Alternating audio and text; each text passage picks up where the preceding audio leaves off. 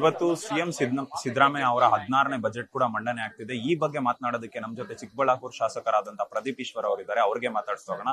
Sir, ಮೊದಲನೇದಾಗಿ ಈ budget ನಿಮಗೆ ಎಷ್ಟು ತೃಪ್ತಿ ತಂದಿದೆ, ನೀವು ಅವರ ಶಾಸಕರಾಗಿ ಅಂತ? ಸರ್, ಮೊದಲನೇದಾಗಿ ಸಿದ್ದರಾಮಯ್ಯ ಸಾಹೇಬ್ರಿಗೆ ನಾನು ಅಭಿನಂದನೆ ಸಲ್ಲಿಸ್ತೀನಿ. ಒಂದು ಅದ್ಭುತವಾದ ಬಜೆಟ್. ವೈಯಕ್ತಿಕವಾಗಿ ನನ್ನ ತಾಲೂಕಿಗೂ ಒಳ್ಳೆ ಅನುದಾನ ಕೊಟ್ಟಿದ್ದಾರೆ. ನನ್ನ ಹೂವಿನ ಮಾರುಕಟ್ಟೆಗೆ 140 ಕೋಟಿ, ಮತ್ತೆ VTU ಸೆಂಟರ್ಗೆ 150 ಕೋಟಿ, ರೇಷ್ಮೆ ಮಾರುಕಟ್ಟೆಗೆ 200 ಕೋಟಿ, ಮತ್ತೆ ಪ್ರಜಾಸದಕ್ಕೆ ಒಂದು 12 ಕೋಟಿ. ಥ್ಯಾಂಕ್ ಯು ಸಿದ್ದರಾಮಯ್ಯ ಸರ್, ನಮಗೆ ಸಪೋರ್ಟ್ ಮಾಡಿದ್ದಕ್ಕೆ ಅಂತ ಧನ್ಯವಾದ ಅರ್ಪಿಸ್ತೇನೆ. ಸರ್, ಇದನ್ನ ಬಿಜೆಪಿ ಅವರು ಕೂಡ ದೊಡ್ಡ ಮಟ್ಟದಲ್ಲೇ ಟೀಕೆ ಮಾಡ್ತಿದ್ದಾರೆ. ಇದು ಕಂಪ್ಲೀಟ್ಲಿ ಮುಸ್ಲಿಂ ಸಮುದಾಯಕ್ಕೆ ಆದಂತ ಬಜೆಟ್ ರೀತಿ ಇದೆ ಅಂದ್ಬಿಟ್ಟು ಇದ್ರ ಬಗ್ಗೆ ಏನ್ ರಿಯಾಕ್ಷನ್ ಕೊಡ್ತೀರಾ ಸರ್ ನೀವು? ಯಾಕಂದ್ರೆ ಈಗಾಗಲೇ ಅವ್ರಿಗೆ 20 ಲಕ್ಷ ಇತ್ತು, ವಿದೇಶಕ್ಕೆ ಹೋಗೋರ್ಗೆ 30 ಲಕ್ಷ ಮಾಡಿದ್ದಾರೆ, ಮತ್ತೆ 1000 ಕೋಟಿ ಅವರ ಕಾಲೋನಿಗಳಿಗೆ ಅನುದಾನ ಬಿಡುಗಡೆ ಮಾಡಿರೋದು ಎಲ್ಲ. 4 ಲಕ್ಷ ಕೋಟಿ 9 ಸಾವಿರದಲ್ಲಿ 14% ಪಾಪ್ಯುಲೇಷನ್ ಇರೋ ಮುಸ್ಲಿಂ ಬಾಂಧವರಿಗೆ 1000 ಕೋಟಿ ಕೊಟ್ರೆ ತಪ್ಪಾ? ನಾನು ಹಿಂದೂ ಧರ್ಮದವನು. ಶ್ರೀರಾಮಚಂದ್ರ ನನ್ನ ಆರಾಧ್ಯ ದೈವ. ನಾನು ಹಿಂದೂ ಧರ್ಮವನ್ನ ಭಕ್ತಿಯಿಂದ ಪೂಜಿಸ್ತೀನಿ, ಬೇರೆ ಧರ್ಮವನ್ನ ಗೌರವಿಸ್ತೀನಿ. ಈ ಡೋಂಗಿ ಹಿಂದೂಗಳ ತರ ಡೋಂಗಿ ಆಟಗಳಾಡಲ್ಲ. ಅವ್ರ ಪರಿಜ್ಞಾನ ಇಟ್ಕೋಬೇಕು. ಯಾಕೊಂದು ಧರ್ಮನ ಟಾರ್ಗೆಟ್ ಮಾಡ್ತಾರೆ? ಯಾಕೆ ಧರ್ಮಗಳ ಮಧ್ಯೆ ಸಂಘರ್ಷ ತರ್ತಿದ್ದಾರೆ? It's not a fair thing sir.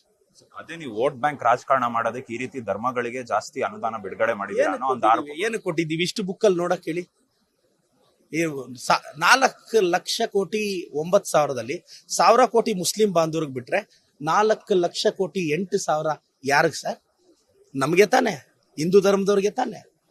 ಇವರೆಲ್ಲ ಡೋಂಗಿ ಹಿಂದೂಗಳು ಸರ್, ಡೋಂಗಿ ಹಿಂದೂಗಳು. ಬಿಜೆಪಿ ಅವರು ಬಿಟ್ಬಿಡಿ ಸರ್, ಅವ್ರ ಕತೆ ಯಾಕೆ ಸರ್? ಮತ್ತೆ ಈಗಲೇ ಅಶೋಕ್ ಅವರು ಕೂಡ ಒಂದು ಆರೋಪ ಮಾಡಿದ್ದಾರೆ, ಹೊಸ ಬಾರ್ಗಳು ಮತ್ತೆ ವೈನಿಗೆ ಅವಕಾಶವನ್ನ ಕೊಟ್ಟಿದ್ದಾರೆ, ಅತಿ ಹೆಚ್ಚು ಕುಡುಕರನ್ನ ಮಾಡೋದಕ್ಕೆ ಹೊರಟಿದ್ದಾರೆ ಅಂತ.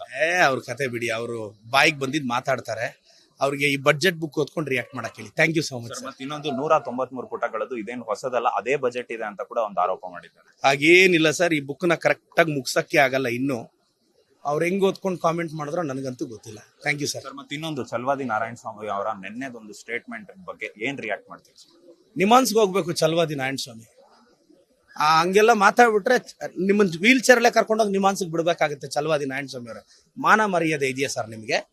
ಒಬ್ಬ ಅಹಿಂದ ನಾಯಕನ ಬಗ್ಗೆ ಮಾತಾಡೋ ಮಾತಾ ಇದು? ನಮ್ಮ ಪಾರ್ಟಿಯಲ್ಲಿ ಇದ್ದಾಗ ಚೆನ್ನಾಗಿ ಬಕೆಟ್ ಹಿಡಿದ್ರಿ, ಬಕೆಟ್ ತುಂಬಿಸ್ಕೊಂಡ್ರಿ, ತೆವಲ್ ತೀರ್ಸ್ಕೊಂಡ್ರಿ.